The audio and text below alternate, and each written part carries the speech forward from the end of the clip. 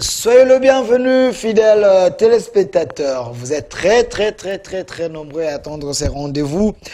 Voilà, nous sommes là, c'est votre émission de chaque jour, Duel, ici, sur la chaîne de la Maman Nationale. Également, nous disons un grand merci à un ministre compétent que plusieurs pensent qui n'est pas en train de travailler, mais selon plusieurs sources, il travaille. Lui, il s'appelle Monsieur le ministre des Hydrocarbures, Monsieur Didier Bidimbou, l'homme de 27 blocs pétroliers. Selon plusieurs sources, il mérite d'être reconduit dans tout le gouvernement, patronné comme ça par Félix Antoine Tshilombo Tshisekedi, parce que c'est un vrai warrior. Sur ces plateaux, je suis déjà avec le premier invité qui est là avec nous. Les autres vont faire leur entrée dans quelques minutes, vu les embouteillages, comprenez-nous. Mais le temps fait en sorte que nous puissions commencer avec lui. Il est là, il s'appelle Michael Gary Diana, il est analyste politique. Il est là avec nous, parmi les têtes pensantes de mon pays.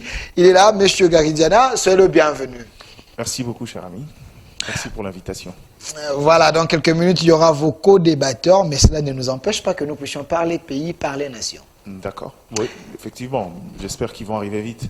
Voilà, pas de problème. Alors, ils vont changer le cahier de charge de l'émission qui est Duel. Donc, vraiment. Duel, ça veut dire qu'il faudra qu'il y ait un choc. Oui.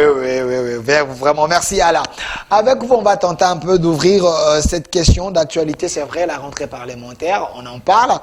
Mais la question épineuse de cette émission d'aujourd'hui, c'est où en sommes-nous avec le promesse du chef de l'État, Félix Antoine Tshilombo Tshisekedi, lui qui prône le peuple d'abord, que veut qu'il y ait les changements pour sa population, l'amélioration des conditions de vie. Alors, le peuple se pose cette question, où en sommes-nous avec ses promesses? Il y a ceux qui pensent qu'il a réalisé, il y a ceux qui pensent qu'il n'a pas réalisé. On va tenter plutôt d'analyser avec vous les analystes politiques et les politiciens sur ces plateaux. Mais d'entrée des jeux, M. Gary Diana, si je peux prendre la photo de M. Dodo Kamba avec Emmanuel Chadari, le PPRD. Une question d'entrée des jeux, M. Gary. Il y a ceux qui pensent que, vu les temps,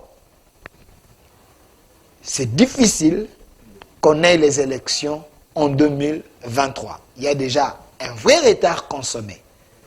Est-ce c'est vrai, le retard est consommé réellement?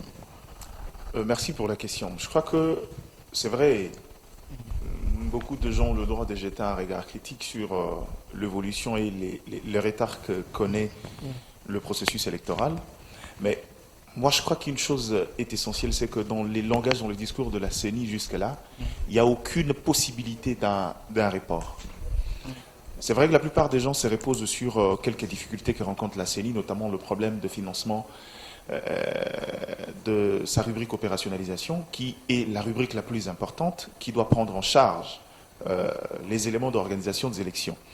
Mais cependant, cette CENI-là, au-delà du fait de pouvoir présenter les contraintes, cette CENI continuellement travaille dans le sens de pouvoir arriver à avoir les élections. Pourquoi? Parce qu'à ce stade ici, vous vous souviendrez que pour les kits électoraux, notamment les machines à voter, il y a déjà une entreprise qui a gagné l'appel d'offres et qu'à ce stade ici, il reste le pouvoir faire évoluer les choses. Les discussions ont déjà eu lieu. Je crois que le contrat a déjà été conclu. Maintenant, il faudra attendre la livraison, mais cela doit arriver également après certains préalables. C'est quoi le préalable aujourd'hui? Il faudra veiller sur la cartographie de bureaux d'identification. Pourquoi? Parce que à ce stade ici, contrairement aux élections de 2018, il y a un peu plus de, comment dirais-je, la cartographie a évolué dans le sens où, en termes de bureaux de vote, en termes de localité, en termes de centre, les choses sont un peu plus qu'en 2018. Et au-delà de ça, actuellement, la loi électorale aujourd'hui, qui du reste, les gens n'en parlent presque pas, parce que pour une fois, j'ai vu la CENI se battre bec et ongle et tenter de mettre tout le monde d'accord. Ce qui fait qu'aujourd'hui, vous verrez, les politiques ne discutent plus autour de la loi électorale, parce que cette loi électorale, dont la matrice a été proposée par le G13, a été minutieusement travaillée pour rencontrer le desiderata de chaque parti. Ce qui fait que la CENI... Mais ce qui n'est pas le cas avec Délice Essang et les autres, ils ont pensé que cette loi a été chansonnée, donc torpillée, la loi a perdu son sens, la loi Lutundula et autres, donc il y a eu une vraie dictature. Bon, en fait, quand ils parlent de la dictature, évaluons les choses. Ok. À quel niveau eux parlent de la dictature? Parce que le G13 ont proposé, il a mis en place du seuil de représentativité. Alors que les autres voulaient aller dans le sens du seuil de recevabilité. C'est quoi? Le seuil de recevabilité s'apprécie au niveau du dépôt des candidatures. C'est-à-dire, la loi exige que, pour des raisons de représentativité, la loi exige qu'un parti politique qui veut présenter sa liste au niveau législatif et présidentiel doit avoir au moins le 60% de sièges répartis. Ça veut dire que c'est à ces niveaux-là que le seuil de recevabilité s'apprécie. Est-ce que vous êtes un parti représenté sur l'ensemble du territoire national? Est-ce que vous avez de quoi compétir en ce sens-là? Le seuil maintenant de représentativité s'apprécie dans la distribution de sièges. Là, il y a un bon nombre de cases. Ça veut dire qu'il ne faudra pas oublier que ce seuil-là ne s'applique pas aux indépendants. Il y a quelques algorithmes mis en place. Ça veut dire que dès lors que je peux de moi-même acquérir plus de 60% de suffrages exprimés dans ma base, d'office, la CENI m'attribue le siège. Mais au-delà de ça, pour ceux qui sont dans les partis politiques, il y a d'autres cases, mais il y a d'autres algorithmes qu'il faut respecter. Et donc, eux voulaient rester dans ce seuil-là, les autres voulaient le seuil de représentativité pour qu'en amont, on puisse contrôler et vérifier si le parti qui dépose, au lieu d'attendre apprécier lors de la distribution de sièges, mais qu'avant même la distribution de sièges, on se rende compte que les partis ont respecté le principe de la couverture nationale et qu'ils ont de quoi compétir. Et c'est un parti national, pas un parti mallette ou pas un regroupement limité juste dans un territoire. Vous comprenez? Et la CENI, dans la sagesse, a proposé le deux seuils sur les propositions du G7. S'il y a des propositions qui ont été mises de côté ou invalidées, il n'y en a pas plus de 3. Mais les propositions plus majeures. J'aimerais qu'on en discute. C'est quoi les propositions les plus majeures? Mais il y a aussi un autre point. Quand j'étais avec Ramazani, là, vous êtes là, Ramazani dit il y avait une autre proposition que quand un député postule, que son suppléant ne soit pas sa fille, le membre le plus proche de sa famille pour éviter le bavure que nous voyons aujourd'hui. Mais le groupe Mbosso et les autres, ils ont pensé qu'il faut toujours mettre leur fille, garçon d'honneur même. Tout ça, ça frise et ça dérange même la loi de la démocratie. C'est ce que je dis. Le problème avec les gens, c'est qu'il ne faudra pas s'accrocher sur certaines dispositions. Ceux qui ont refusé, ce sont eux-mêmes les députés. Délice Sessang peut en parler autant. Manipuler Non, attendez. Délice Sessang en parle autant, c'est là où je dis que combien de membres de son organisation, du G13, qui ont proposé la loi avec lui, ont voté pour cette proposition. Sur le 13, il y a à peine 5 qui ont voté pour cette proposition. Vous pensez que sur les 13, même le membre de G13, ils étaient convaincus par les interventions des autres. Qui n'ont pas adhéré dans ce sens-là. Ça, c'est une faiblesse. J'en suis sûr, dans l'idée de moraliser la vie politique, il faudra qu'on remette le pouvoir, c'est-à-dire le mandat électif, à une formation politique. Mais en gros, ce sont eux-mêmes les députés qui ont refusé cette proposition de loi. Mais maintenant, dans les questions... Ce n'est pas parce qu'ils étaient instrumentalisés, débauchés, imposés, par qui? Menacés. Par qui? La question, c'est que quel est l'intérêt du parti politique d'avoir le fils d'un candidat au lieu d'avoir un autre membre du candidat? Vous vous rendez compte qu'aucun parti politique n'a d'intérêt dans ça, sauf les partis où le président est lui-même propriétaire. Et même dans le cas contraire, le président ne va pas mettre ses enfants dans les sièges de tous les autres députés. En fait, ça, c'est une loi qui a bloqué au niveau personnel, au niveau de l'âme d'État de chaque député. Ils ont estimé que dans le combat politique, bon, ils ont donné beaucoup d'exemples pour certains. On dit le cas Marine Le Pen et les autres. Il dit oui, mais Marine Le Pen était déjà rodée en politique avant de pouvoir succéder à son père. François Fillon, qui a été écarté de la présidentielle, c'est sur base de cela. Sa femme a été suppléante, il a mis sa femme à sa place. Les gens se sont dit que c'est des pratiques qui existent, mais le problème c'est, si on s'est attaqué à Fillon, c'est en termes de revenus, pas en termes de sièges. On savait que sa femme était là, mais le problème c'est qu'il y a eu de magouilles pour que finalement elle puisse bénéficier de choses dont elle n'avait pas droit. Eux-mêmes, ils se sont embourbés. Je crois que ça, c'est une faiblesse, c'est quelque chose qu'il faut interpeller chez le député. Mais rentrons dans les questions structurelles, vous vous rendez compte que le travail a été fait dans le sens de pouvoir trouver un consensus, qu'on trouve un équilibre pour que dans les questions de fond, que la classe politique ne se divise pas. Et ce qui a été fait.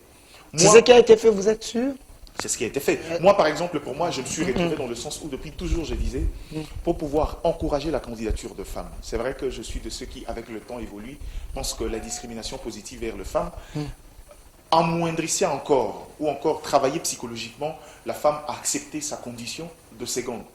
Mais bon, qu'est-ce qu'on veut? Quand on est dans un système où la femme n'a pas assez de chance, il faut trouver des voies et moyens pour lui accorder la place. La femme n'a pas assez de chance ou la femme ne se pointe pas là où on prend des décisions majeures. Si la femme, elle est plus absente. Non, si vous voulez elle préfère les futilités selon plusieurs autorités. Si vous voulez parler de ma société, je peux vous l'expliquer par A plus B. Nous sommes dans une société où depuis la nuit de temps, la femme est marginalisée. Cette femme-là a toujours joué le rôle et aujourd'hui, l'étiquette sur la femme, c'est une femme ménagère attachée au service de l'homme. Ces considérations sociologiques ont fait que finalement, en fin de compte, on a mal interprété les choses et on l'a amené sur d'autres terrains de la vie. Si vous allez, je vais encore expliquer, regardez le taux de scolarité, combien de femmes aillent jusqu'au bout, vous verrez que les femmes sont toujours moindres par rapport aux hommes. Au-delà de ça, quand vous regardez dans la société, dans le rôle, même en termes d'égalité de chance, c'est à peine 5, 10, 15 ans que cette société évolue. Donc à ces stades ici, la meilleure des choses, c'est que ces femmes-là ont besoin d'un coup de pouce. Et ça, moi, la proposition faite dans la nouvelle loi électorale m'arrange. Au lieu de pouvoir aller dans cette forme de 30%, aller dans l'idée de l'exigence, la meilleure des choses à faire, c'est d'aller dans la promotion. C'est quoi la promotion? Quand un parti politique présente une liste de parité, ça veut dire que 50 hommes, 50 femmes, ce parti est exempté de cautionnement. C'est-à-dire que vous ne payez rien dans le dépôt de candidature. Ça, pour mon humble avis, c'est la meilleure de promotion pour soutenir la femme. Et ça, le travail de la commission, le travail des experts de la CENI a été pour moi un travail très salutaire et très pertinent. Voilà, monsieur Megaridiana, je présume que vous êtes analyste politique. Restons d'abord sur ces sujets. Vous avez dit ici que pour vous, la consensus a été trouvé. Donc il y a eu consensus.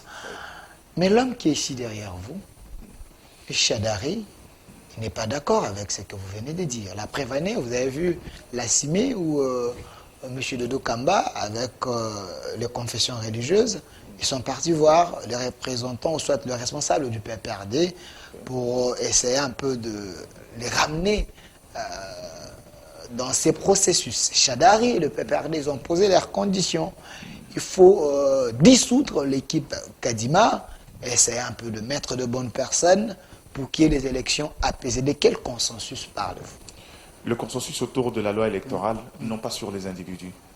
Le débat de Chadari et du PPRD depuis toujours, c'est les personnes qui président à la destinée de la CENI actuellement.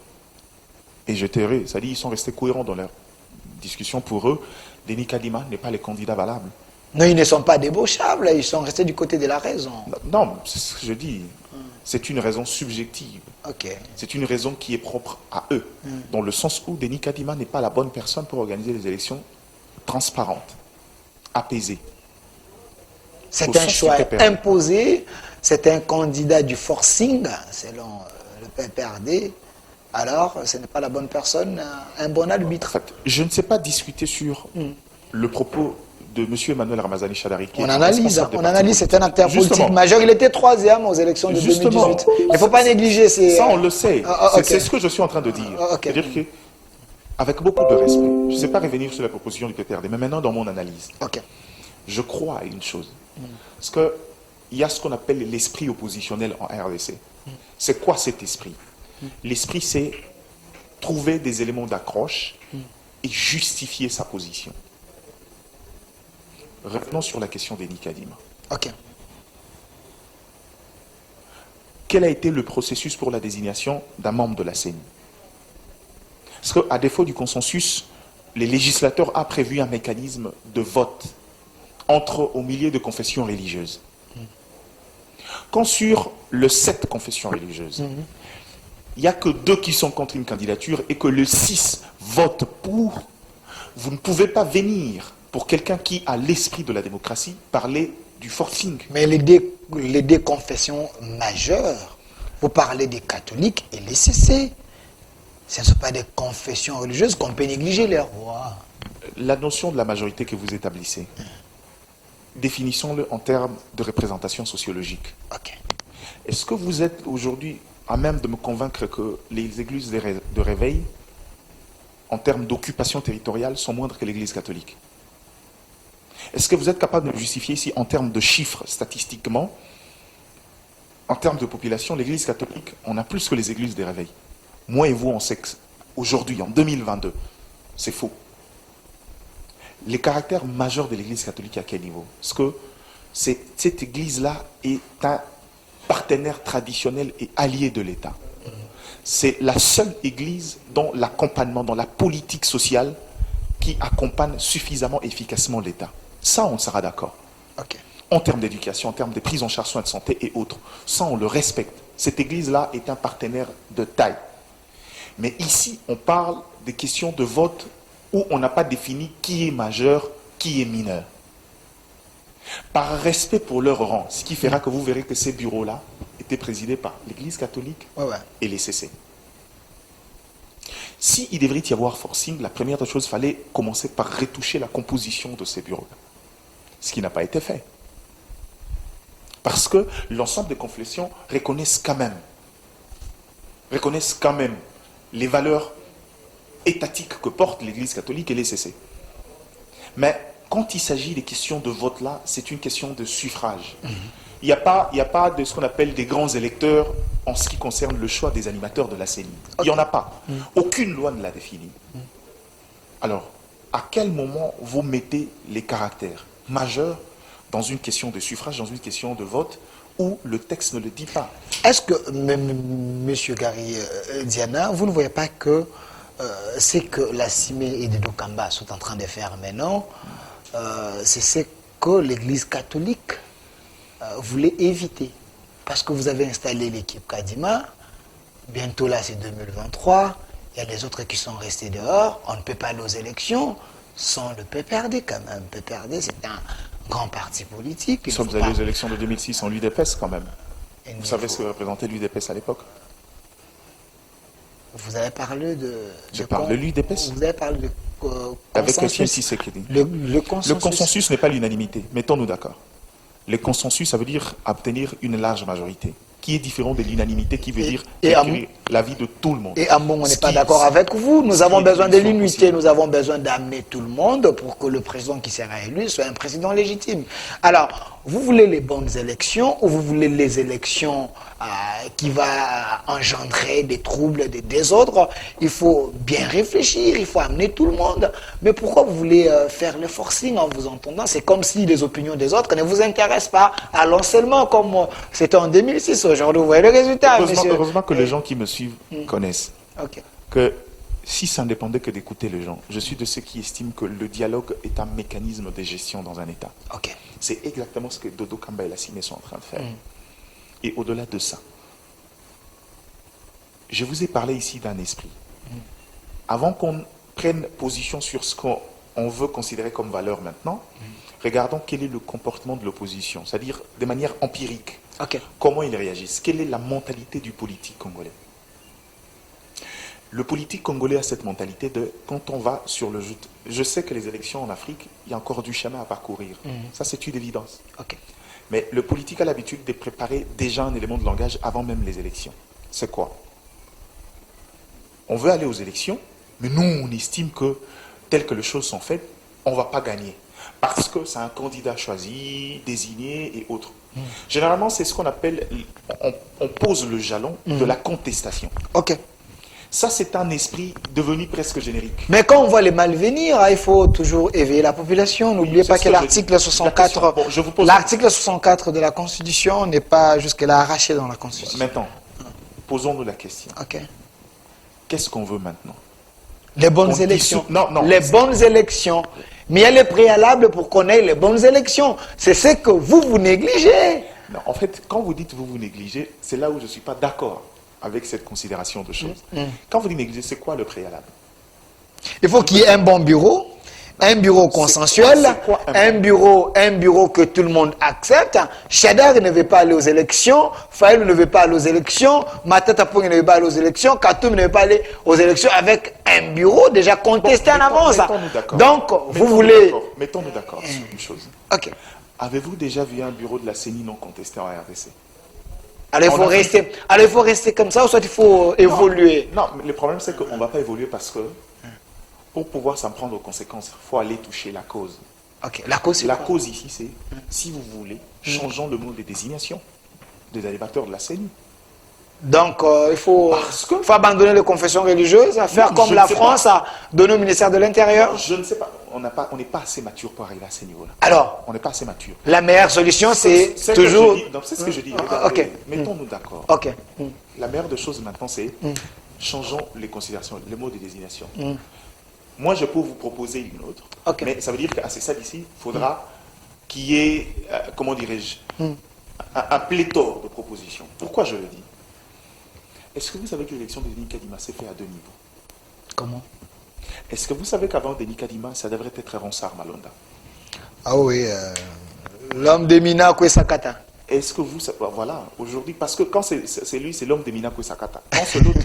Et c'est ça, c'est pourquoi vous verrez en politique, même maintenant, tu vois, quand je parle ici, les gens, au lieu d'écouter ce que je dis, chacun essaye de pouvoir trouver de quel bord politique il est. Ça, malheureusement, c'est conditionnement de mentalité-là. Ok. Fait que finalement, on est soit neutre, soit rouge, soit blanc, soit noir. Et cette bipolarisation de choses nous tue. Je vous donne un exemple.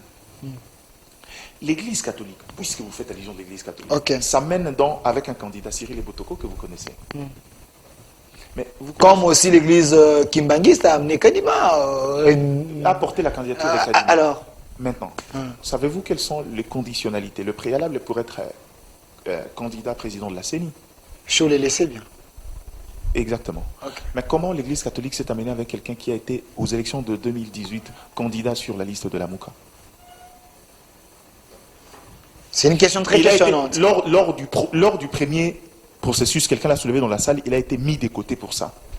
Dès qu'on reprend le processus, vous ramenez exactement le même candidat, tout en sachant qu'il y a des éléments... Vous êtes un peu passéiste, nous devons évoluer. Vous êtes un peu passéiste parce qu'il faut... C'est vous qui m'avez ramené dans ça. Non, il faut... Nous, on évolue, on était sur la loi électorale Voilà. qui est censée nous conduire vers les élections. Alors. Vous nous ramenez dans les considérations du genre, il faut refaire le bureau. Ça veut dire que si on dissout le bureau de la CENI maintenant, il faut encore compter sur le Parlement qui a l'impérieuse nécessité d'entrer dans cette session, régler les problèmes, structurer les problèmes les plus urgents de la République. Il faut attendre que ces parlements-là vident les matières prioritaires. Il faut attendre, encore une fois, les dépôts de candidature. Il faut attendre que ces confessions religieuses encore, les mêmes personnes, puissent désigner encore des candidats.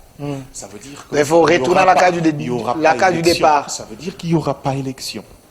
Alors, monsieur Garidiana, vous pensez... J'aimerais que vous puissiez m'échanger un peu la photo de Shadak parce qu'ils étaient très nombreux là où il était avec les autres, avec son équipe. J'aimerais bien que vous puissiez nous aider. Shadak, c'est un professeur d'université. Ça, je sais. Un très bon professeur. Il était très bien entouré. Vous pensez que ces propositions ne rencontrent pas la réalité actuelle? Ou c'est quelqu'un, c'est un aigle qui a vu loin, qui évite les pires? Quand vous dites qu'il faut encore revenir à la case du départ, vaut mieux organiser les bonnes élections que d'organiser les élections qui vont nous amener aux contestations et aux morts. La vie des Congolais, pour vous, ça ne coûte pas. Ah, vous êtes très alarmiste. Ça, c'est bien. C'est juste une question. Non, vous êtes très alarmiste. Mais maintenant, la question, c'est, quand vous dites il faut les bonnes élections, définissez-moi, à votre entendement, c'est quoi les conditionnalités pour de bonnes élections?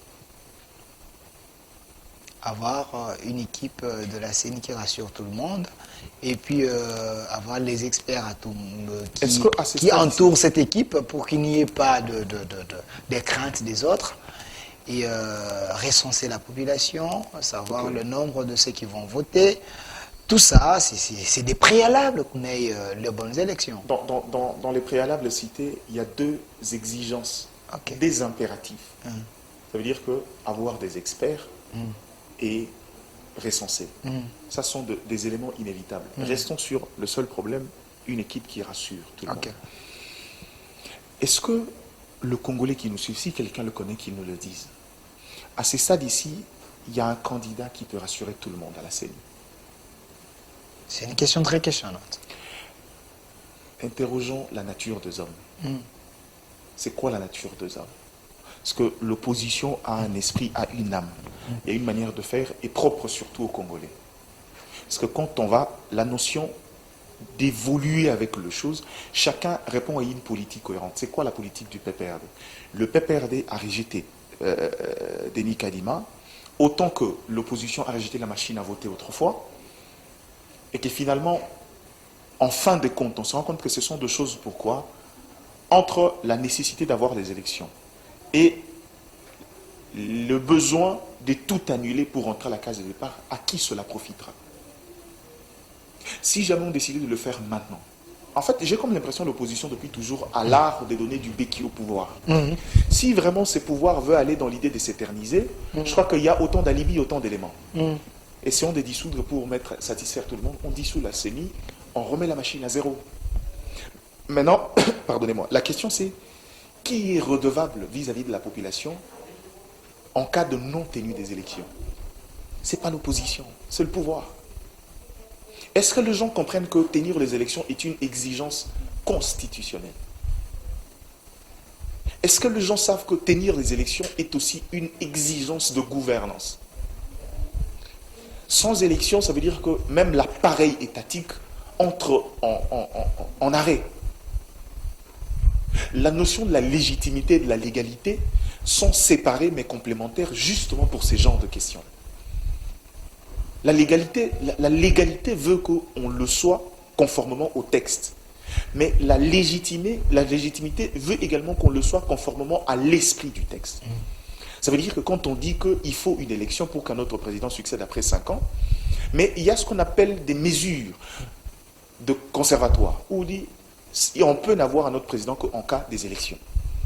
Mais ça veut dire que c'est un préalable où si on ne respecte pas, on continue à donner la légalité à l'autre, bien que manquant de légitimité, de continuer à exercer. Or, un pouvoir qui exerce en dehors de la légalité, vous savez que perd, j'ai envie de dire, ça c'est pas formel, c'est moi qui le pense, près de la moitié de sa rédévabilité vis-à-vis de la population et des autres institutions du pouvoir.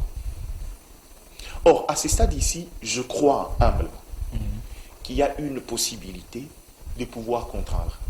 Autrefois, on nous a fait croire que le président de la CENI était le tout-puissant capable de décider sur tout. Mais après, lorsque le pauvre Ronsard Malonda a voulu compétir pour le poste de la présidence, les gens ont dit non, c'est lui la plaque tournante, c'est lui le mal de la CENI, parce qu'il était secrétaire exécutif de la CENI.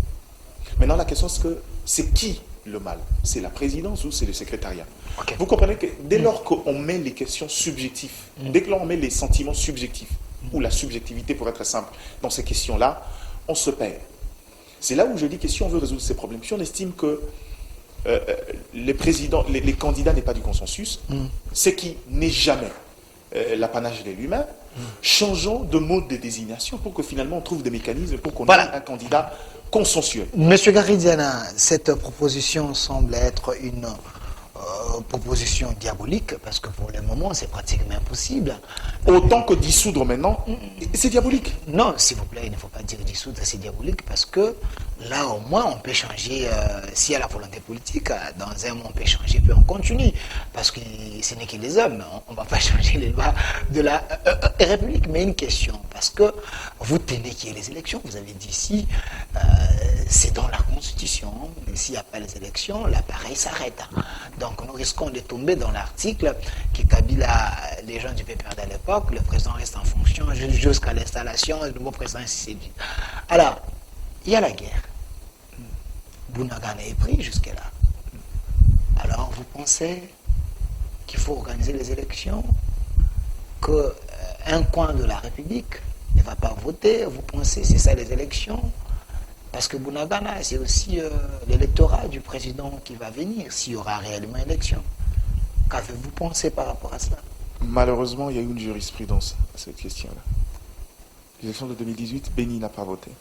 Alors il faut continuer comme ça. C'est une punition pour faut pas certains coins de la République. Ça vous arrange? Non, mettons-nous d'accord. Que vous ayez un président que les autres ne l'ont pas voté? Non, mettons-nous d'accord. Ok. Moi, j'aime parler de principe. Le principe, c'est qu'il y a eu une jurisprudence. Pourquoi? C'est comme je vous dis, les élections étant une exigence constitutionnelle, je ne pense pas qu'on est assez mature aujourd'hui pour pouvoir estimer que pour de raisons de consensus en termes de suffrage, qu'on attende la décantation de la situation de Bunagana pour finalement aller vers les élections. Sinon, ça sera un prétexte éternel. Vous savez pourquoi? Cette partie est en proie à l'insécurité depuis plus de 2 décennies. Et généralement, c'est une guerre par procuration. Nous connaissons tous les implications qu'il y a dans cette guerre-là. Et qu'aujourd'hui, si le pouvoir se permettait d'aller dans la dynamique, puisque vous utilisez l'expression, vous ne voulez pas que moi je l'utilise, je vais quand même l'utiliser, ça serait diabolique de nous amener dans ce sens-là. Il n'y a pas élection parce qu'il y a guerre à Bunagana. Attendons résoudre le problème de Bunagana pour que finalement on ait les élections. La question de Bunagana trouvera de solution quand? Ça encore, c'est une question existentielle. Donc à ce stade ici, je crois fermement que l'État existe. Si ça ne dépend que de moi, je pense que la question de Bunagana, on peut le résoudre avant même qu'on aille aux élections. Et je pense aussi, même sous occupation, à moins que ça s'aggrave, on peut faire participer Bunagana aux élections. Mais pour des raisons de sûreté, une zone contrôlée par des ennemis de la République, aller dans les questions de sécurité, nous connaissons tout ce qu'il y aura sabotage, il risque d'avoir risque d'attentat et risque d'insécurité. La difficulté, ça serait d'organiser. Donc en réalité, c'est aussi une épine qui pend à notre talon. Maintenant, la question, c'est que, qu'est-ce que l'État fait maintenant? C'est là où je vais vous donner mon point de vue sur la question de l'Est. Je crois et reste convaincu que dans le rapport de force entre États, on se respecte en fonction de notre capacité à assurer la sécurité des limites de nos frontières. La RDC, depuis plus de 2 décennies, n'a compté que sur les dynamiques sous-régionales pour espérer avoir une paix dans cette partie, ce qui n'est pas arrivé. À ce stade ici, la RDC doit passer à une autre vitesse. Je sais que généralement, quand on veut aller dans la posture, dans les solutions belliqueuses, on a beaucoup de contraintes, notamment cette fameuse communauté internationale qui vient nous casser dans l'œuf. Mais aujourd'hui, on se dit État souverain. Comment et pourquoi doit-on continuer dans une dynamique où on nous impose des discussions, de centres de réflexion sur la paix dans la sous-région, mais dans cette dynamique de paix-là, n'est un idéal que pour la RDC qui continue à subir le 100% des affres de la guerre qui sévit dans la sous-région. C'est-à-dire que notre problème qui nous gangrène, nous, les autres s'en servent pour aller dans d'autres dynamiques politiques. Parce que organiser les réunions, les commissions sous-régionales en matière de paix et de sécurité dans la sous-région nécessite de coûts, de prises en charge et autres. Mais en réalité, le seul pays qui souffre de cette situation, ce n'est que la RDC.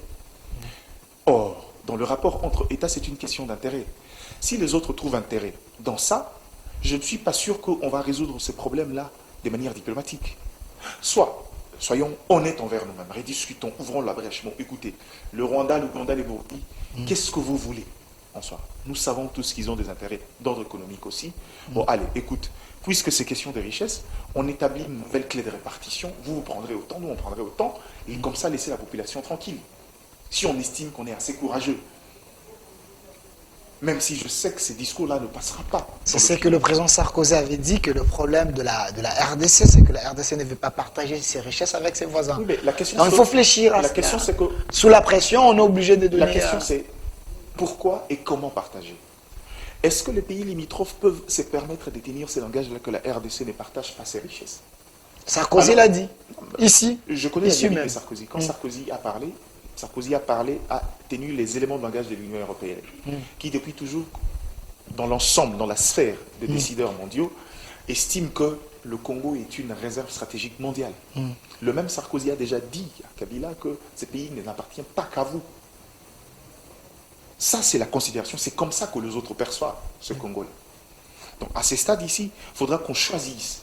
Parce qu'on ne peut pas continuer à perdre des gens, des vies régulièrement et rester là sans rien faire. La question de Bunagana est une question à part entière qui mérite l'attention de la République. Et je crois qu'à ce stade ici, la solution militaire, elle comporte beaucoup de risques, mais à mon sens, elle reste quand même le moindre mal dans ces contextes. Parce que les ramifications qu'il y a dans cette guerre-là, je commence à croire que diplomatiquement, les issues sont très difficiles. Merci. Là, je vois les téléspectateurs en train de suivre parce que les co-débatteurs ne sont pas là et ils s'arrangent du côté de co-débatteurs. Voilà.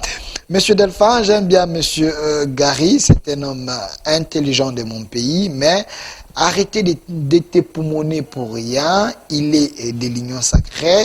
Depuis qu'il a commencé à parler, donc ce que les autres ont proposé, c'est du faux. Les opinions de l'Union sacrée lui arrangent. Je suis vraiment désolé pour les hommes intellectuels de mon pays. Monsieur Gary, ça c'est une analyse que vous faites de vous, mais la plupart des gens le savent, ceux de l'Union sacrée, la plupart des amis, me considèrent comme étant quelqu'un d'externe. Okay. J'ai des amis dans ça. J'ai jamais adhéré dans l'Union sacrée. Je connais, malheureusement pour un communicateur que je suis, je connais la mentalité du Congolais. Je l'ai même dit ici. C'est-à-dire, dans chaque fois que je parlerai, les gens chercheront à me coller une étiquette. Si j'avais envie de prendre position politiquement, ce n'est pas les sollicitations qui ont manqué. Je prendrais. Mais aujourd'hui, j'ai fait le travail d'analyste. Je garde mon statut de journaliste aussi parce que j'estime qu'il faut dire la vérité aux gens. J'aimerais que mon plus grand combat, c'est justement, je sais qu'on a une très grande responsabilité dans ça. On a détruit la qualité du débat public, ce qui fait qu'aujourd'hui, les gens réagissent comme ça. Mais j'aimerais, aux gens qui nous suivent, au lieu d'aller dans les étiquettes, si j'ai dit quelque chose de faux, je suis quelqu'un de très rationnel, et que vous pensez que vous avez un autre son de cloche, un argument, écrivez aux journalistes. S'ils me le donnent, je suis quelqu'un qui reconnaît ses torts très facilement. Ok, merci. Monsieur Lazik, si je peux prendre la photo du Parlement.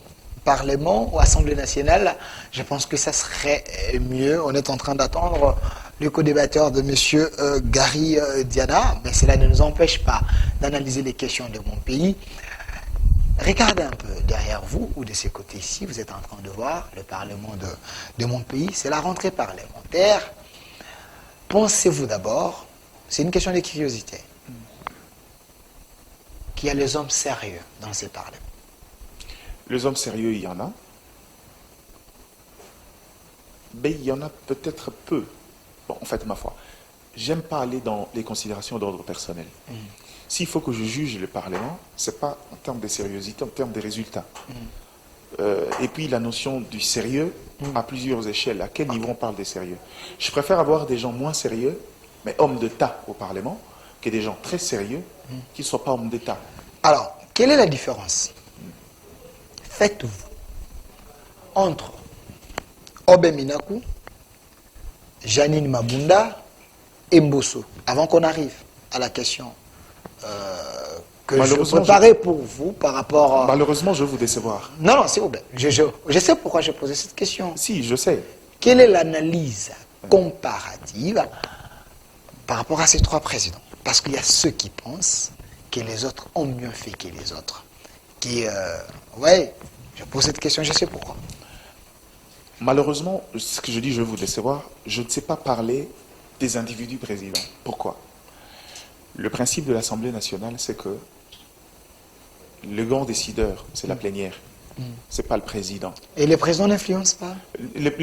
Croyez-moi, dans l'esprit du législateur. Dans l'esprit, oui. Même dans la réalité. Le président... Dans l'application, le président n'a pas l'influence.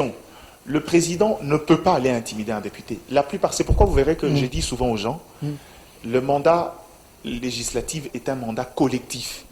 C'est pourquoi vous verrez que, quoi que voter dans les partis politiques, il y a ce qu'on appelle l'acte de déclaration d'appartenance. Chaque député doit choisir un camp politique parce que c'est généralement cette idée d'une majorité qui préside à la gouvernance de l'État. Si vous estimez que le président est mauvais, ça veut dire que c'est un bilan, c'est un résultat partagé par l'ensemble de la législature, du moins, on ne peut pas mettre aussi l'opposition dans ça, mais de cette majorité-là. Donc en réalité, si vous voulez m'en parler, parlez-moi, dites, ces parlements, sous la gestion de Minaku, de Mabunda et de Mbosso, là je peux parler dans le groupe, pas dans les individus. Parler dans les individus, c'est dans les aptitudes personnelles. La gestion des débats, la maturité, dont fait preuve le président dans la gestion et l'équilibre dans les débats. Et aussi comment il conduit les tâches reconnues au bureau. Monsieur Gary Diana, une question directe. Je vous regarde. Entre Minaku Janine Mabunda Mbosso, qui est plus démocrate? Qui est plus démocrate? Je ne connais pas. Je ne sais pas qui est plus démocrate. Je ne sais pas. Deuxième Parce que question. la notion d'être démocrate ne se juge pas comme ça. Deuxième question. La rentrée parlementaire, oui. Mais il y a une question qu'un député a soulevée. Malgré n'a pas y a siégé, et c'est quand même quelqu'un qui, derrière lui, il a les gens qui l'écoutent. Martin Fayulu. Ok. La question de 21 000 $, il a expliqué. Il a été appuyé par l'honorable Dédi Sesanga. Pensez-vous que c'est l'occasion idéale, avec cette rentrée parlementaire, qu'on puisse éclairer l'opinion par rapport à cette question? Éclairer l'opinion, il n'y a pas à éclairer l'opinion. Il n'y a pas? À éclairer l'opinion. Vous voulez que l'opinion réagir. reste dans le flou? Non, s'il vous plaît. Ok. L'opinion n'est pas dans le flou. L'opinion n'est pas dans le flou. Je sais qu'on est dans un monde d'infobésité où l'info circule à temps et à contre-temps. Ok. Le Parlement n'est pas là pour donner des infos, pour éclaircir l'opinion. Le Parlement est là pour répondre aux desiderata. La population a été claire. Ça veut dire que cette forme de rémunération est exorbitante quand on connaît les difficultés qui sont le nôtre actuellement. Quand vous parlez question de 21, je ne sais pas affirmer exactement le 21 000, mais je crois que, en toute rationalité, Martin Fayulu, à défaut de ne pas siéger, il est président d'un parti politique qui a les députés. Je ne suis pas sûr que Martin Fayulu est assez fou pour aller se permettre de faire un calcul, un ratio, le ratio de revenus d'un parlementaire sans en avoir les informations au préalable. La preuve, c'est que quand vous regardez les réactions des députés de l'Union sacrée, vous comprendrez qu'il y a disparité dans les propositions. Ça prouve à suffisance qu'il n'y a pas de cohérence et on est dans l'agitation. Martin Fayulu et Sesanga se retrouvent dans l'agitation. Non, je ne parle pas de Martin Fayulu, Sesanga. Il ne faut pas être très alarmiste. Je dis la réaction. Ce que justement, la dynamique dont vous voulez que les gens de l'Union sacrée viennent éclairer l'opinion sur s'ils touchent 21 000 ou pas, il y a eu de la disparité dans les propositions des uns des autres, ce qui prouve à suffisance qu'il y a eu de l'agitation autour de cette question. Et cette agitation n'a servi personne. Aujourd'hui, ce que le Congolais attend, ce n'est pas que vous veniez nous dire, justifier, oh non, vous voyez, on touche 21 000 parce que, non, il n'y a pas de parce que. Ce Congolais-là estime qu'au regard du contexte actuel, il est inconcevable qu'un député aille jusqu'à 21 000 lorsqu'on sait qu'il y a autant de défis. Il est même inconcevable qu'un député touche au-delà de 15 000 $. C'est trop exorbitant. C'est beaucoup trop. Il n'y a pas à venir éclairer l'opinion. Cette opinion-là n'a pas donné son suffrage pour être éclairée. Il a donné son opinion pour que les gens agissent. Monsieur... Sociologiquement, le message de la population est une posture qui veut dire qu'au regard des écarts qui existent, la dynamique du Congo aujourd'hui, c'est que si on veut aller vers les questions de développement, il faut forcément... L'économie, j'aime l'économie parce qu'il obéit à des principes, à des calculs. Il n'y a pas de subjectivité dedans. Aujourd'hui, il faut faire un effort pour recréer cette classe moyenne. Et la classe moyenne n'interviendra pas lorsque l'État consomme le 90, les 80, les 70% de sa production. Nous allons arriver à cette question. C'est anormal. Nous allons arriver à cette question. Vous avez dit, il ne faut pas que le Parlement éclaire l'opinion. Il faut que qu'il réagisse à... Il faut que le Parlement puisse y réagir. Le Parlement va réagir sur quelle question? Il faut que le Parlement puisse... sur la réduction de train de vie des institutions dans le Parlement. C'est un problème qui date depuis que la population connaît. Attendez, vous voulez que le Parlement puisse y réagir? Oui. Réagir sur la réduction des vies... Des trains de vie des institutions dans le Parlement. Des institutions dans le Parlement. Oui. Mais il faut d'abord que le Parlement prouve que ce que Fayulu a dit, ce que Sesanga a dit, ce n'est pas vrai, c'est faux. Nous, les députés, ou soit tel et tel, nous touchons autant parce que dès qu'ils sont là, donc les députés que vous voyez là, ils sont là grâce à cette population. Vous voyez, vous pensez que si on met ces débats-là ne vont pas intéresser les gens? Je me répète, j'ai comme l'impression que vous ne m'avez pas écouté. Je dis ceci. Sur la question de 21 000, la personne qui a mis l'information sur la place publique, à défaut de ne pas siéger, il est chef d'un parti politique qui a des députés. Mais il y a celui qui siège, c'est ça là. Non, mais je ne parle pas de ces sens. Je parle d'abord, je suis à bon niveau de Martin Fayulu, Oui, oui. qui a mis l'information sur la place publique. À défaut de ne pas siéger, il est parti, il est président d'un parti politique qui a des députés. Je ne suis pas sûr qu'il s'est lancé publiquement sans en avoir les éléments. C'est Sanga est venu, je sais que c'est Sanga est le premier à avoir fait une proposition de réduction des trains de vie des institutions. Aucun des députés n'a suivi. C'est pourquoi je dis aujourd'hui, ces parlements, le travail dont vous faites là de venir prouver que c'était faux, les députés de l'Union sacrée ont déjà tenté de le faire. Eliezer Tamboué, qui d'autre Le micro. Il y en a eu plein. Je crois qu'il y a certains qui ont tenté de le faire, mais ils ont prouvé de l'agitation et ils ont... Mende et les autres. Mende et les autres, ils ont fini par mettre la population dans l'embarras que de pouvoir résoudre un problème. C'est pourquoi je parlais qu'on s'est rendu compte qu'il y a eu de l'agitation. En temps normal aujourd'hui, aucun député ne pourra le justifier. Parce que si on va sur la base du salaire, leur salaire, je crois, c'est à 7 000 quelque chose. Si on va sur les différentes primes, les invisibles et autres, c'est en fonction de ça qu'on calcule les revenus mensuels du député. Est-ce que les invisibles, c'est constitutionnel? Bon, ils ont rendu ça formel. Pas constitutionnel, mais formel. La Constitution ne résout pas ce genre de problème-là. Ok. C'est-à-dire que c'est formel. Ils ont formalisé. Ça rentre dans les cadres des autres, toute autre prime. C'est la somme de primes plus le salaire qui fait le revenu mensuel des députés et qui est très exorbitant et que les autres décrient. Or, ici, le Parlement n'a plus à venir nous prouver que c'est faux. De par les agitations constatées, on s'est rendu compte finalement que personne n'était en mesure de pouvoir contredire cet argumentaire. Ça peut être dans les écarts, ça peut ne pas être 21 000, ça peut être 20 500 quelque chose. Où chaque député touche à sa manière. Oui, parce que quand Mendedi vous donne un autre montant, Eliezer vous donne un autre montant, Cézanne vous donne un autre montant, donc eux tous touchent, mais touchent différemment. C'est ce qui nous fait croire qu'au final, il y a déjà un problème. Il y a un problème en interne et que personne n'est en mesure de contredire le point de vue. C'est à ce stade-là que je dis, au lieu de venir dans ça, la meilleure réponse qu'il faut donner à la population, c'est pas venir tenir des discours ou de points de presse. La meilleure façon, c'est de ne pas venir tenter de pouvoir regagner l'opinion par des discours contredire ce point de vue-là. La meilleure des choses, c'est passer à l'acte.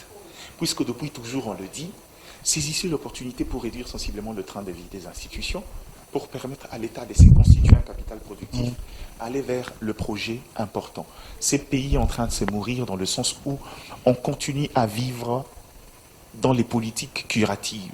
Le Congo a besoin. Il existe dans ces pays, je le rappelle, un PNES, un Programme national stratégique de développement, qui, c'est vrai, le ministre actuel du plan a pris l'initiative avec la BAD de pouvoir actualiser ces plans-là. Ces plans-là régorgent. La République a envoyé des gens en Chine, ailleurs, pour étudier les modèles et venir l'adapter au contexte congolais pour parler des questions de développement. Rentrons dans les fondamentaux et essayons de donner de l'espoir aux Congolais.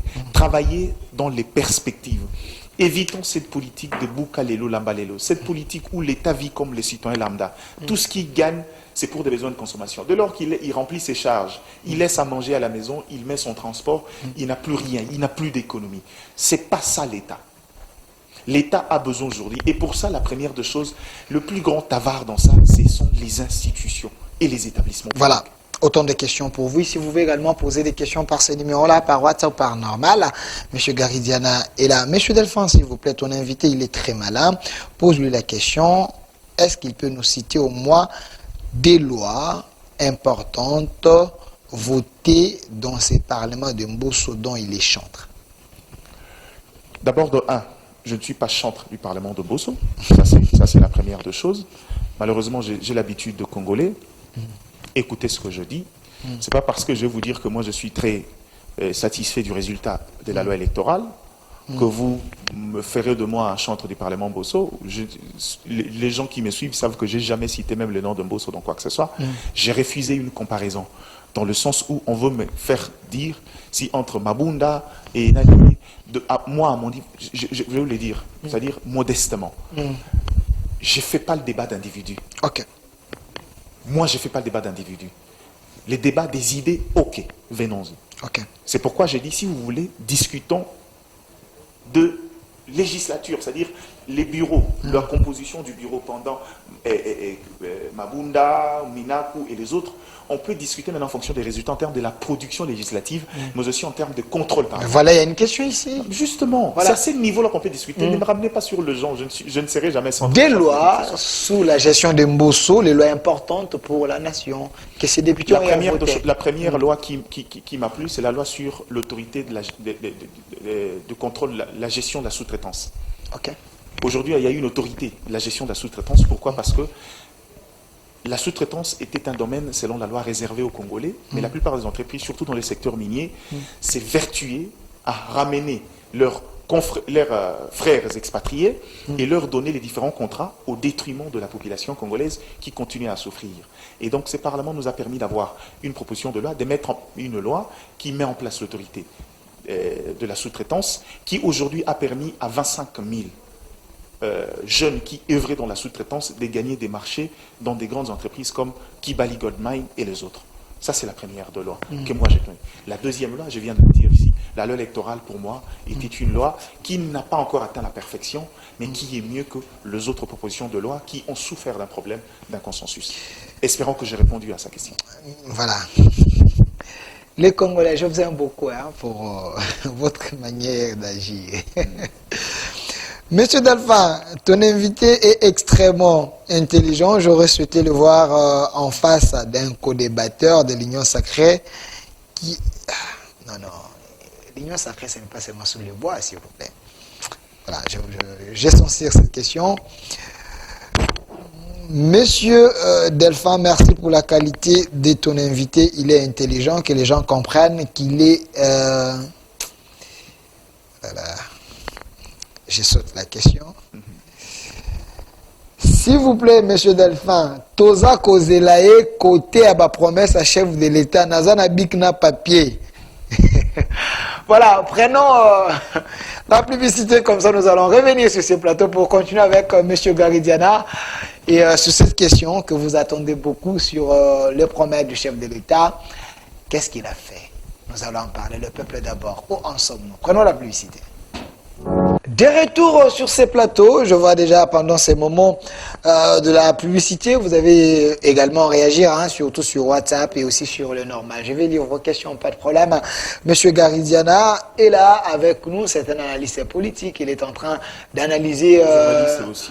Voilà, journaliste aussi, il est en train d'analyser pour les biens de son pays. C'est une personne intellectuelle de mon pays. C'est parmi les têtes bien faites de ma nation. Monsieur Gary Diana, où en sommes-nous avec les promesses du chef de l'État? D'entrée des jeux, je vous demande de me citer 5 promesses que vous avez à retenir du chef de l'État depuis qu'il a accédé au pouvoir. Si vous avez encore la mémoire fraîche. Je vais encore vous décevoir dans le sens où le chef de l'État fait tellement de promesses. Je vous demande seulement 5. Non, c'est ce que je dis. Le chef de l'État fait tellement 5.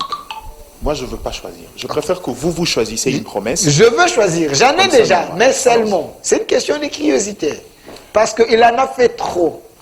J'en ai déjà, mais je vous demande de me citer 5 que vous connaissez. Bon, la vérité, c'est que c'est comme je dis.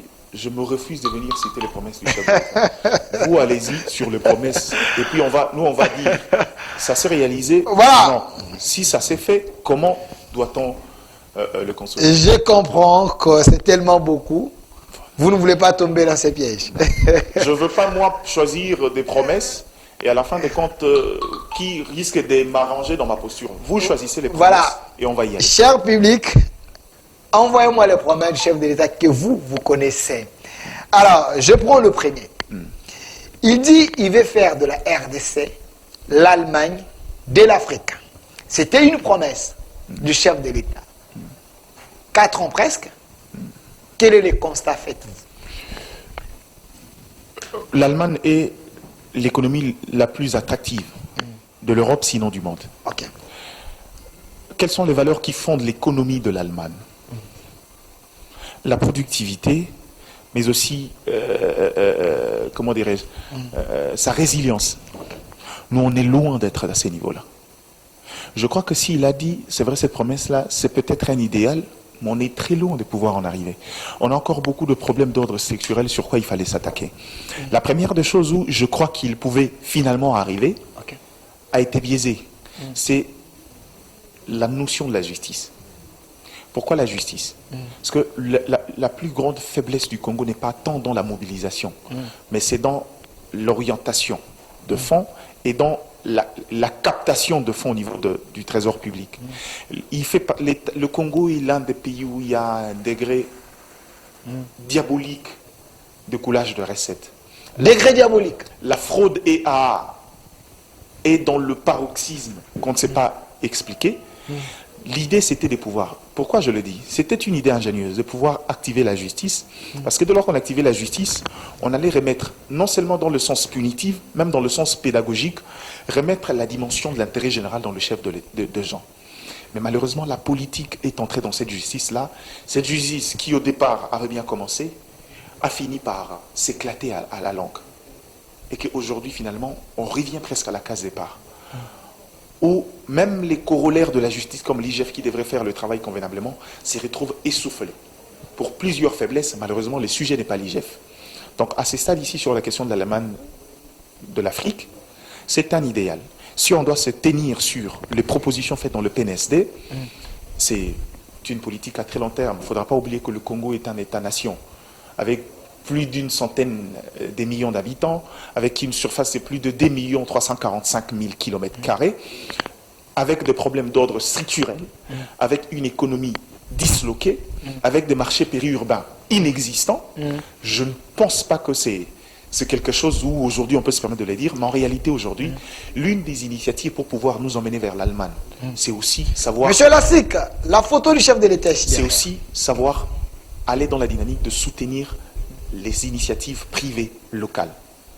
C'est de là que viendra, c'est là la clé de la création de la classe moyenne. Mais malheureusement, j'aime faire les calculs aux gens. Vous savez, le Congo a plus de 100 millions, on est à combien? 120, 180, 150 millions d'habitants. Aujourd'hui, dans les circuits de l'emploi, le secteur privé, oui, il y a quelques entreprises privées, mais l'État a pris presque un nombre important de l'emploi local. Et le taux de chômage est extrême. Mais au-delà de ça, les mécanismes d'encadrement n'existent pas. Au-delà de ce qu'on appelle les dépenses sociales de l'État, un peu comme l'État le fait avec les carburants à la pompe et autres dépenses sociales, les circuits de répartition de la richesse nationale, il y en a peu. Comment? Aujourd'hui, nous le savons tous, que notre administration publique est un mouroir, dans le sens où les gens y vont pour des raisons de sécurité. Chacun cherche à avoir son numéro matricule pour s'assurer une survie. C'est pas, en fait, dans un challenge, on va pour travailler. Et c'est ce qui traduit l'image de cette administration publique.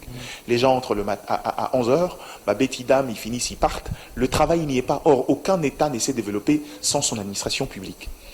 Mais maintenant, le problème, c'est que pour pouvoir créer de l'émulation, avec la multitude de jeunes qu'on met sur le marché, qui tous sont en train de ruer vers l'administration publique, où il n'y a pas promotion de compétences, où on ne sait pas assurer l'évolution des carrières, sinon si on peut le faire, c'est à une proportion très faible.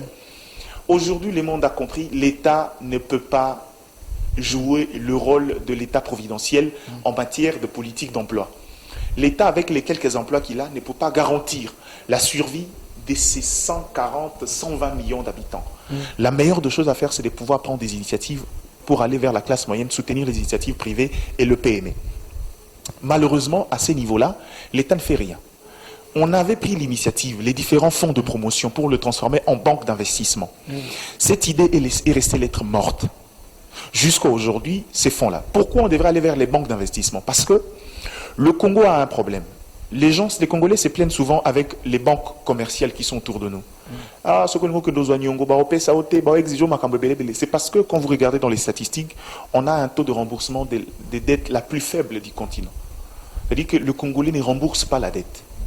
Ce qui fait qu'une banque commerciale étrangère ne peut pas venir travailler à perte. Il ne veut donner qu'à ceux qui ont de garanties. Qu'est-ce qu'il faudra faire? Transformer ces fonds en banque d'investissement permettrait à l'État de lui-même de faciliter, d'alléger les conditions d'accès au financement, mais aussi de se constituer en fonds de garantie pour ceux qui veulent franchir des paliers. Parce qu'on sait tous, quand quelqu'un crée un PME et qu'il évolue dans sa phase de maturation, il veut devenir une grosse entreprise, l'État ne sera pas en mesure de lui prêter combien 2 millions, 25 millions, 300 millions, ce n'est pas dans le devoir de l'État. Okay. L'État peut le constituer au travers des circuits de ces banques d'investissement, un fonds de garantie qui peut lui permettre de contracter une dette vers une banque commerciale et qu'on trouve des mécanismes de gestion pour qu'en cas de perte, l'État puisse suppléer le temps de donner du souffle à cette entreprise, soit le faire naître, soit rembourser la dette d'autrui. Or, aujourd'hui, ces mécanismes n'existent pas. On ne peut pas parler de la manne. Le Congo a des problèmes structurels sur quoi on n'a pas encore touché, ce qui fait qu'on ne peut pas jusqu'aujourd'hui. Le chef de l'État l'a dit peut-être par idéal. Mais maintenant, le problème, c'est que j'ai aussi l'habitude de dire le Congo a un problème d'homme et atteint une misère intellectuelle. Les gens qui nous ont enseigné à l'université, des professeurs et autres, une fois dans l'appareil politique, se perdent complètement parce que c'est un problème de système. Donc, M. Gary, on peut dire que le chef de l'État a pensé mieux. Sa promesse n'est pas encore pensé mieux. Mais le problème, c'est qu'il n'a pas eu de bonnes personnes pour l'aider à réaliser. C'est facile de dire ça. À réaliser ses promesses. Parce qu'une fois il s'est plaint, au Parlement lors du Congrès, qu'il y a les gens qui ne coordonnent pas bien le projet que lui annonce à la population. Oui. En fait, le problème, donc, il y a manque d'hommes. C'est trop facile de dire, bon, écoute, oui, il a bien pensé, mais il manque d'hommes. C'est vrai, il y a un problème d'hommes. Mais je crois aussi que dans le leadership transformationnel, il y a possibilité. Le choix des collaborateurs, parce que le leadership transformationnel se repose sur le principe de la délégation des compétences, ce qui n'est pas une contradiction avec la marche de l'État. Le chef de l'État, c'est vrai, est garant et chef de l'exécutif, mais le chef et le patron de l'exécutif, mais le chef du gouvernement, c'est le Premier ministre, quoi qu'il préside le Conseil de ministres, mais chaque ministre sectoriel a besoin d'une impulsion et d'une politique cohérente. Et chacun a une certaine autonomie de gestion et la liberté des propositions. Mais, dans la logique, ils viennent répondre à un projet présenté qui a fait que nous puissions élire le chef de l'État. Ça veut dire qu'il y a déjà un programme où chacun vient mettre son intelligence pour faire en sorte que ces programmes-là soient réalisés. Voilà. Donc, à ce stade ici, la responsabilité partagée entre le chef de l'État dans son approche managériale, mais aussi les hommes qui peuvent accompagner cette politique-là. Mais je crois que dans les diagnostics, j'espère qu'ils l'ont fait bien, mais jusque-là, rien n'est convenablement fait pour qu'on soit cet Allemagne. Voilà, j'aime bien les téléspectateurs. Hein. Posez vos questions par le numéro là, par WhatsApp et par normal. Il y a quelqu'un qui vous écrit ici. Monsieur Delphin, s'il vous plaît, étape Oyo Alo Bayango Nalingala. J'ai une vidéo ici au chef de l'État, Soda, ceux qui a commis le pouvoir, Basoda, Basombandaku, Barosa Salaire et Je connais la vidéo, il était encore président de l'IDPS. Voilà, Tokomi Wapi. Voilà. C'est une question. Bon. Vous connaissez la vidéo, non? La vérité, c'est que... Vous connaissez la vidéo? Je connais très bien la vidéo. Ok. Par principe. J'aimerais d'ailleurs éclairer aux gens. Ok. Moi, je suis scientifique. Je pense que si on veut le faire dans le sens où je viens répondre comme étant un porte-parole, soit de l'IDP, soit de l'Union sacrée, on fait fausse route. Ok. Moi, je viens analyser sur les questions. Mais puisqu'on me parle des questions, sur cette promesse-là, c'est une question des spectateurs de Komiwapi, de Kominante. Le chef de l'État, peut-être, on a ajouté dans le salaire de l'enseignant, je crois, du militaire, je crois que c'est 40, 50 000. J'ai envie de mémoire, je veux le chercher, je veux le transmettre, mais cet ajout-là reste insignifiant. C'est un peu comme même dans le secteur de l'EPST. Le veuve aussi, qui touchait 30 000, le veuve de soldats, ils ont maintenant vers 250 000. C'est-à-dire on a ajouté le salaire des enseignants, mais ce n'est pas encore suffisant pour atteindre. Et aussi, j'aimerais tirer l'attention de Congolais, il faut faire une part de choses. Ok. Il y a une différence entre un programme bien défini et des discours politiques. Ok. Si vous suivez cette vidéo-là, le chef l'était dans une dynamique politique, un chef de parti politique qui parlait la politique dans toute sa splendeur. Ok. C'est-à-dire il est dans l'opération séduction. À l'époque, il n'était pas chef de l'État. Il était, je crois, est-ce qu'il était déjà président de l'UDPS? Je ne sais pas, notifié, pas encore. Mais il était cadre de l'UDPS. Ça veut dire que ça, ce sont de promesses politiques. S'il faut établir son bilan, sa promesse à lui, c'est regardons son projet. On l'a voté en fonction d'un programme, d'un projet. C'est sur ça qu'on doit le juger. Ça, ce sont des promesses politiques, policières, parce que, encore plus qui plus est, acheter une voiture répond aussi à l'intelligence financière. Il y a des gens qui te gagnent aussi à peine 500 000, 700 000, mais en fin de compte, un peu comme beaucoup de fonctionnaires que je connais, ils te gagnent à peine 500, 300 000, mais tu sens qu'ils s'organisent de manière à ce qu'en déant 5, 10, 15 ans avec un peu d'intelligence, de s'offrir même un petit terrain de 2000 $ ou de 700 $ vers un pas, ça, il construit sa maison, il vit.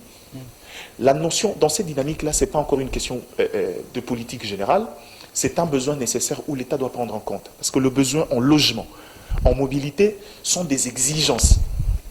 Et que l'État doit forcément trouver des moyens. C'est pourquoi vous voyez dans les États développés, il y a des systèmes de prêts. Je prends ma maison en système crédit parce que je suis salarié, clairement identifié, je paye progressivement parce que c'est un besoin vital d'être logé. Nous ne sommes pas encore à ces niveaux-là. Donc à ce stade ici, je crois que cette promesse-là, prenez-les dans le compte d'un politique qui était venu séduire les militants de l'UDPS et que finalement, la réalisation est beaucoup plus compliquée et complexe que ce qu'il disait. Une autre question. Monsieur Delphin, s'il vous plaît, qu'on n'amène pas ton invité sur des questions terre à terre. C'est quelqu'un qui réfléchit État. J'aimerais qu'il me réponde à ceci. On dit que le budget a augmenté. Quelles sont les retombées? Parce que sur le plan économique et sur le plan social, rien n'est sans mon frère Gare. Merci pour la question. Quand on dit le budget a augmenté, ça veut dire que dans le besoin de l'État, les besoins exprimés, on a fait un effort de faire évoluer la cagnotte, et ça tenant compte de la capacité de mobilisation de recettes.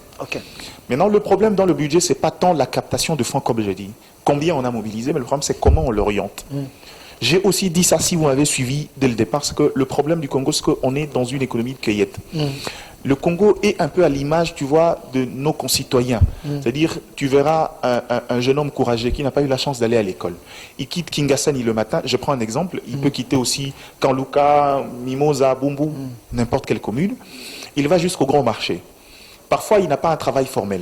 Il est fait juste le commissionnaire devant les magasins de télé, de radio et autres. Père Ozo Sombawa, il conduit les clients vers le vendeur et il touche une commission. À la fin de la journée, il aura 40, 50 000. Dès qu'il arrive chez lui, tu verras qu'il est père, par exemple, de 2 enfants avec une femme. Il loue peut-être un studio de 50 $. Dès qu'il dégage ses charges, il lui restera à peine 5, 10 000 pour son transport demain. Ça veut dire que tout ce qu'il produit, c'est pour des raisons de consommation. Le jour où il a un problème, où il tombe malade, la crise entre dans la maison. Le jour où il y a cessation des prestations de sa part, tout est chamboulé. C'est ça, malheureusement, la réalité de la RDC. Ce qui fait qu'aujourd'hui, on vit une politique. Les gens pensent que quand on dit budget, tu sais, parfois, quand on établit le budget là, parfois la moitié de cette somme-là n'est pas quelque part dans une caisse. C'est-à-dire, cet argent-là vient progressivement. On identifie le besoin, les dépenses annuelles, on établit et on dit combien il faudra mobiliser et on se donne le moyen de mobiliser ces fonds-là. Ce qui fait qu'aujourd'hui, l'État congolais, contrairement aux autres États, même les États africains comme le Sénégal et les autres, ne sait pas se doter d'un capital productif pour aller vers les projets intégrateurs. C'est quoi les projets intégrateurs? Aujourd'hui, être en mesure. L'État dit, bon, écoutez, comment ça se fait que pour un pays qui a l'une des plus grandes réserves en sources d'eau douce, il y a des gens qui souffrent de maladies hydriques. Il y a des gens dans des coins qui n'ont pas accès à l'eau potable. Or, il suffit même avec des usines de captation, l'eau de la pluie qu'on a ici, on le capte, on traite, on transforme, les gens vont boire. Si dans l'autre zone, parce qu'on a 4 climats, on est en plein équateur, il y a des gens qui ont les réalités climatiques très différentes d'une autre, on peut trouver un moyen d'acheminer cela et répondre à ce besoin-là. C'est quoi les besoins structurels? Qu'est-ce que l'État pense à faire avec son agriculture, avec ses plus de 80 millions de terres arables et la possibilité des terres qu'on peut rendre fertiles? J'ai dit ça souvent, les valeurs différentielles de la RDC, ce n'est pas les mines. Les mines s'épuisent. Les mines, c'est vrai, aujourd'hui, prend presque le gros de fournisseurs de la caisse de l'État, mais en réalité, là où le Congo doit connaître son apogée, c'est l'énergie et l'agriculture. Comment on peut avoir 80 millions de terres arables? Ça dit, même chez moi, dans ma maison derrière, je peux jeter des légumes et bôtis. Mais on est dans un état où les gens souffrent de faim. Dans les PNSD, il y a ce qu'on a appelé les pôles de développement. Ça veut dire, c'est quoi? Le Congo n'a pas de provinces pauvres. On crée des centres. Un peu, le Bukangalonde n'était qu'un projet pilote, malheureusement, qui n'a pas marché pour beaucoup de raisons. On n'est pas venu pour ça. On crée des pôles comme ça, où on identifie les besoins, on crée des vrais centres d'industrialisation. où on favorise la production de chaque province. Prenons un exemple. Le Bandundu nous produit les maïs, le foufou et les autres, le Kasaï pareil. L'Équateur nous produit l'huile des palmes et tout ce qu'il y a, c'est-à-dire le côté la culture vivrière, mais aussi le côté lacustre, c'est-à-dire la pêche et l'élevage. Et qu'on recrée des marchés périurbains. C'est-à-dire que le poisson de l'Équateur peut traverser de l'autre côté, les maïs peuvent traverser de l'autre côté, les maniocs peuvent traverser de l'autre côté, le lait de Goma et le fromage peuvent arriver jusqu'à Kinshasa. C'est-à-dire qu'on répond à un besoin de consommation à la fois, mais aussi à un besoin de production. Ok. C'est vers ça que l'État devrait y aller. Dès lors qu'on sait répondre aux besoins internes, c'est alors que l'État commence à aller vers les perspectives. C'est pourquoi vous verrez, les États-Unis protègent son entreprise, qui couvre le besoin en interne, mais qui va à la recherche du besoin même en RDC. Or, nous, on importe tout. Ça, c'est pas normal. Merci à monsieur Gary Diana. Voilà, j'aime bien cette question. Hein. Je veux vraiment la lire calmement. Monsieur Delphin, nous avons un débat ici à la maison. Ton invité, vous l'appelez Diana S. Il est le fils biologique du doyen Diana. Si oui, voilà, si le vieux Diana était ministre, le fils idéal qui pouvait être vice-ministre. À sa réponse, à sa question. Il y en a encore? Le fils idéal qui pouvait être vice-ministre. Mais une question. Qu'est-ce qu'il pense du projet des 145 territoires? Un projet bien fignolé ou un projet pris dans la précipitation? Je commence par la première question. Okay. Évidemment, oui, je suis des entrailles de Diana. Deuxième question. Qu'est-ce que je pense du projet 145 territoires? Okay. Je pense du bien de ces projets, mais je suis aussi un peu méticulé. Pourquoi? Parce que le pays nous a déjà réservé des spectacles très désolants. Okay. Le projet de 145 territoires répond à une logique que moi je pense que le développement du Congo, c'est-à-dire s'il faut créer de l'émulation, les questions de développement économique doivent provenir des bases. Ce projet répond également à l'exigence du découpage territorial qui voulait les développements au niveau de la base. Dans l'esprit, ces projets-là est peut-être bien pensé. Maintenant, dans les mesures d'application, la question c'est comment se profile la gestion de projet. Qui vont gérer le projet? Je sais que jusqu'à aujourd'hui, la BCECO, qui est la structure de l'État, est presque la plaque tournante en termes de gestion de projet de développement. Mais maintenant, c'est que le relais au niveau local, à qui on confiera le projet? Et à ces stades ici, quelles sont les grandes orientations et comment on a défini les priorités? Je vais vous livrer peut-être un secret. Jusqu'à aujourd'hui, je n'ai pas encore eu le temps de lire en intégralité les mesures d'application et l'évolution de ces projets. Okay. C'est juste quelques éléments de manière isolée que les autres m'ont présenté, mais je n'ai pas eu la chance de tomber sur ces projets-là tels que ficelés. Okay. Le jour où je l'aurai, croyez-moi, je reviendrai encore vers vous pour donner cette fois-là des avis très techniques sur cette question-là. Mais je crois que dans l'idée du projet, dans la forme, le projet est bien pensé. C'est-à-dire, en fait, la notion de la décentralisation dans la gestion. Permettre à chaque entité, cette fois-là, de bénéficier d'une impulsion venue de l'intérieur. Pourquoi? On reproche souvent au pouvoir central, dans ses projets, dans ses perspectives de projet, de rester Kinshasa et les grandes villes.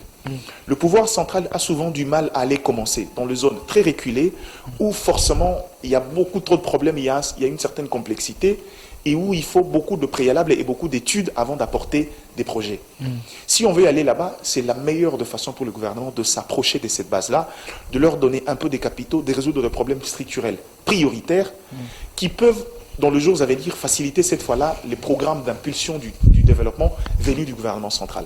Donc, à mon sens, dans la forme du projet, je crois que l'idée est bien partie, mais discutablement dans les mesures d'application, je ne maîtrise pas encore beaucoup de choses.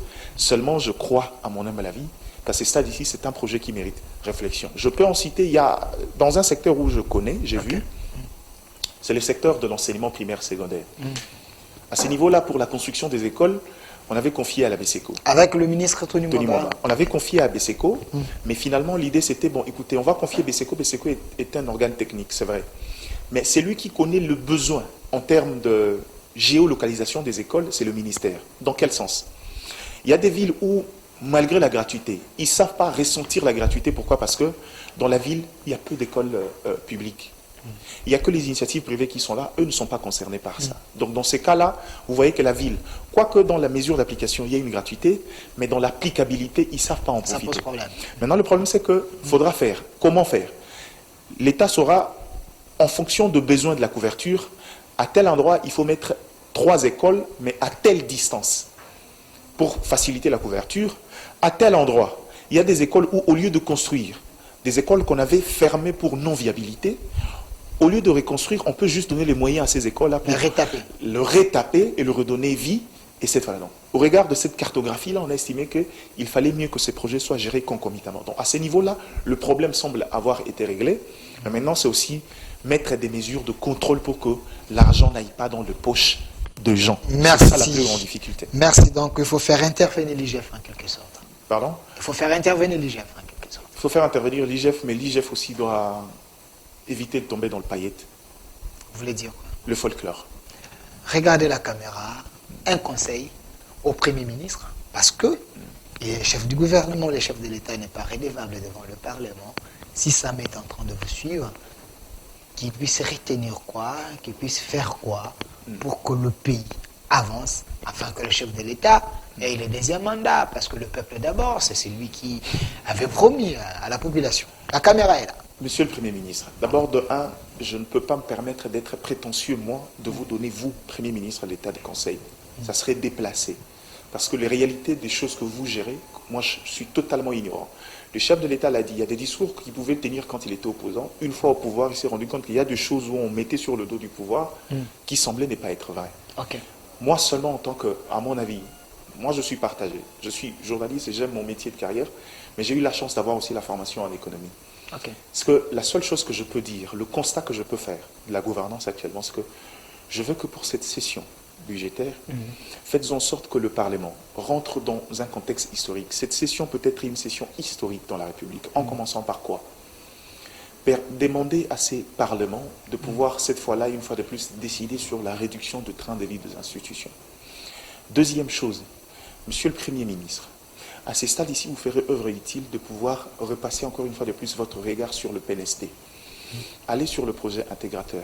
À ces stades ici, il faut favoriser cette fois-ci l'éclosion du secteur privé en matière d'entrepreneuriat, d'investissement. C'est ce qui permettra aux milliers de jeunes qui sortent de l'université de pouvoir trouver la vie et ça permettra à l'administration publique d'être désengorgée. Quand l'administration publique est désengorgée, vous vous rendez compte que ça sera aussi une meilleure méthode pour vous de dégraisser les effectifs et les charges à ces niveaux-là, et ça permettra à la fonction publique de majorer les salaires pour amener ce qu'on appelle la compétitivité, qui fait qu'on peut cette fois-là aller chercher le profil qu'on désire. Pas ramasser n'importe qui, mais l'administration publique peut recruter selon un besoin, selon un profil, tel qu'on le voulait avec l'ENA. Donc à ces stades ici, je crois que les questions d'investissement, mais aussi, Monsieur le Premier ministre, si vous voulez entrer dans l'histoire, dans votre prochaine loi de finances 2022-2023, faites en sorte que l'agriculture occupe une place de choix. Merci. Évitez les considérations politiques. On a déjà quelques acquis des matériels restés avec le Bukangalonzo. Dupliquez les modèles et faites en sorte que le Congolais souffre peut-être de tout, mais sauf de manger, parce que c'est paradoxal et ça ne s'explique pas et ça ne s'expliquera jamais de la vie. Merci, Monsieur Mike Gary Diana, merci, journaliste, analyste politique. Merci d'avoir répondu à notre invitation. 1h30, c'était pas assez beaucoup pour vous, parce que vous avez resté encore avec des choses à dire. Pour la République démocratique du Congo, il y aura toujours à dire. Merci. Toujours. Merci à vous. Merci également à l'équipe qui m'a accompagné ce matin, Monsieur Philémon, Monsieur Rigen, l'homme de la rigueur, Monsieur Lazika. Et un grand merci également à notre DG, Monsieur Odon Pambou, l'homme des grands cœurs, qui a un grand cœur, l'homme qui aime des gens, l'ange de CS Télévision. Merci à vous également. Merci à notre DRH, à M. Popal Tchungo, et aussi à notre directeur de programme, à M. Leker Mouchipai, sans oublier le ministre compétent, ministre Didier Bidimbu, l'homme de 27 blocs pétroliers. On dit de vous que vous méritez d'être reconduit dans tous les gouvernements parce que vous êtes un vrai warrior. Merci à vous et restez fidèles à nos programmes. Suivez la rediffusion à partir de 22h demain avec d'autres invités.